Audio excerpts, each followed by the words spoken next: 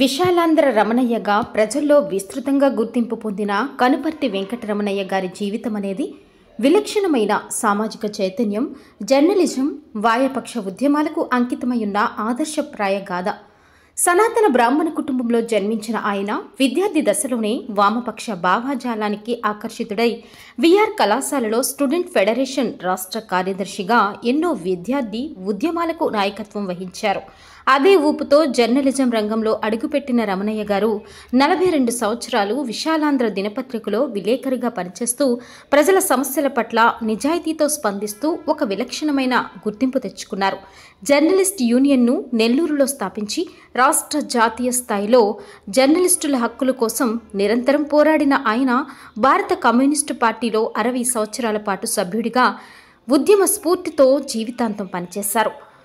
తన కృషితోనే శ్రీహరికోట రాకెట్ కేంద్రంలో తెలుగు పత్రికల విలేకరులకు ప్రవేశం కల్పించే అవకాశాన్ని తెచ్చిపెట్టిన నేతగా గుర్తింపు పొందారు. నెల్లూరు కోఆపరేటివ్ అర్బన్ బ్యాంక్లో డైరెక్టర్, కోశాధికారి, అనంతరం చైర్మన్గా కూడా విశిష్ట సేవలందించిన కెవి రమణయ్య గారు సామాన్య జీవితం గడుపుతూ విలేకరిగా నిబద్ధతకు, సమాజానికి సేవకు అంకితంగా భావించారు.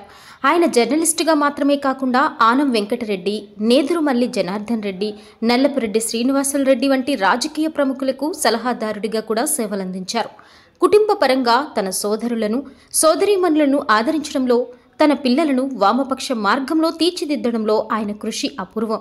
పెద్ద కుమారుడు రామకృష్ణ ప్రసాద్ సిపిఎం పార్టీకి పనిచేస్తుండగా చిన్న కుమారుడు దయాశంకర్ విశాలాంధ్ర దినపత్రికలో 30 సంవత్సరాలుగా విలేకరిగా కొనసాగుతున్నారు. భార్య రమాదేవి గారు భర్త ఆశయాలకు అనుగుణంగా జీవితాంతం సాయంగా నిలిచారు. కెవి రమణయ్య గారి జీవితం నిజాయితీ, నిబద్ధత, సమాజ సేవకు నిలువెత్తు ఉదాహరణగా నిలిచింది.